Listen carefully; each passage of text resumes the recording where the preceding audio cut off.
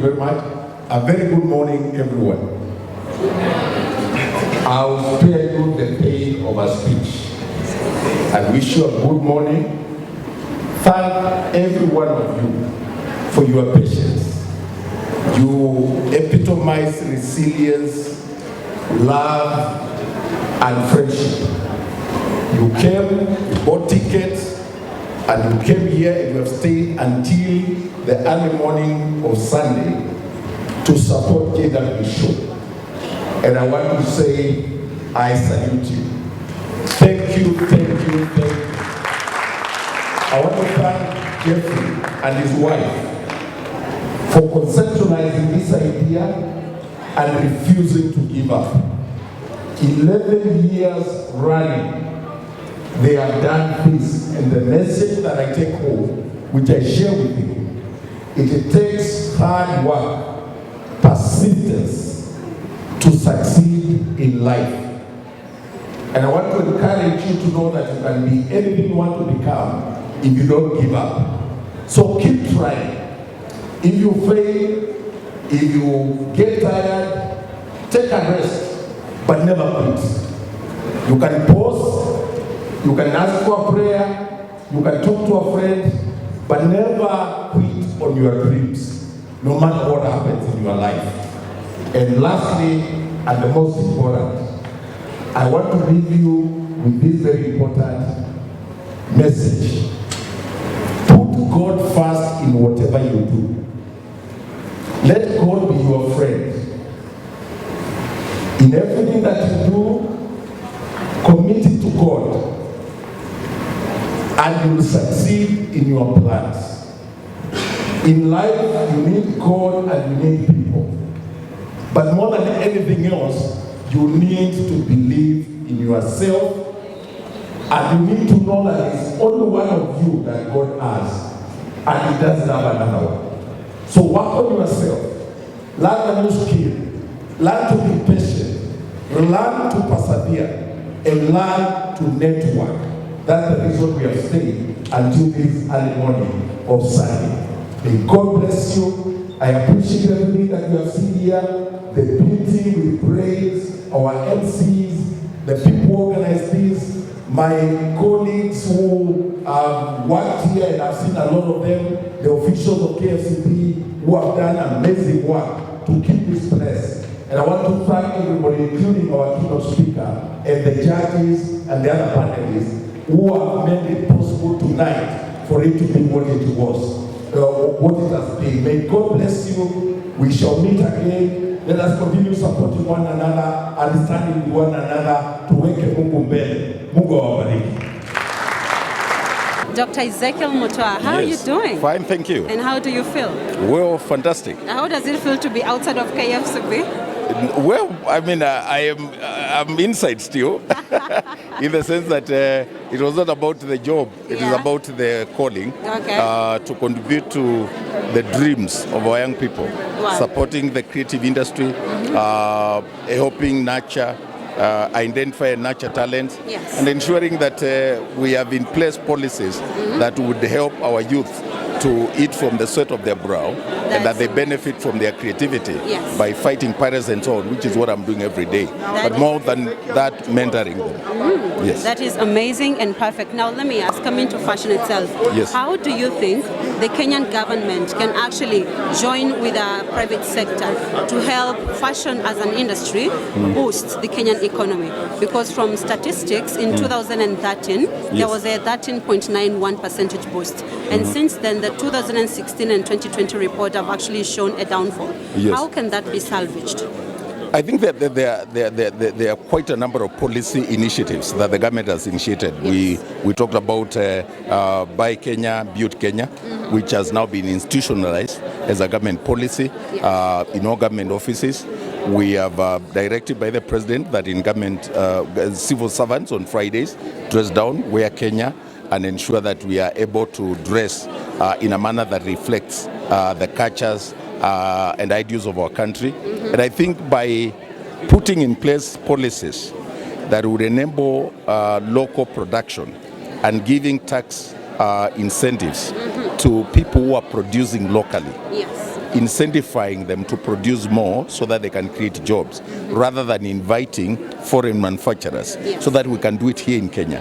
I think that will help a great deal. So it's about legislation, but there's also the political will that is needed to ensure that we support our youth by not just having the laws, but ensuring that we create the right environment.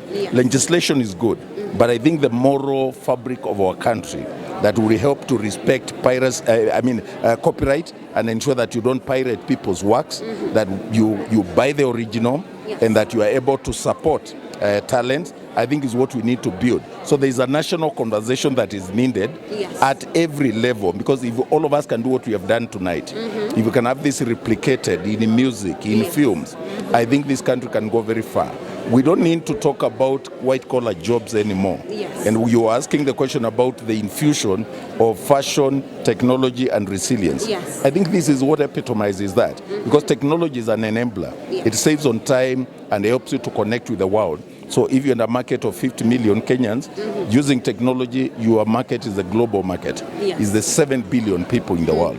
So these are the things we need now to teach our kids, not to spend their time insulting people on social media, not just, even the old people, not to just send them M-Pesa message and just calling, but to know that you can do a lot with the phone in creating jobs. And your old people need to appreciate the facility, versatility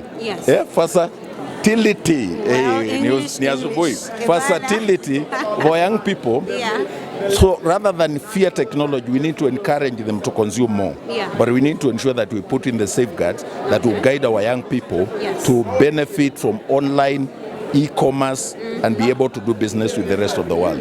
Wow, that is a very important sentiment. And now, Doctor, while still on that, you spoke about the input that we have at home. There's been a change in the taxation. On the 11th of November, KRA actually released a form that brought about the change in taxes. The same happened in 2016, but now figuring 2021 and we are post-COVID, what do you think that is meaning to the local mwananchi, the one who is dealing with textile, especially because of how businesses have been hit by COVID-19? How does that affect the fashion person, and how can you help it as a board? I think we need to create, like I said, the ecosystem. We need to build the ecosystem so that from the tax reliefs and the policies that support ease or create ease of doing business in terms of local productions.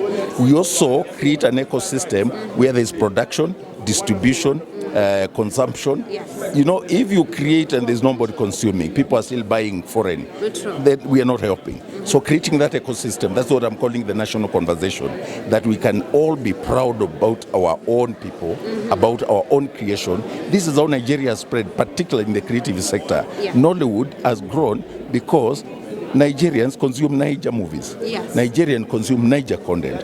And we need to be proud of our content here and buy the original. So it is the ecosystem.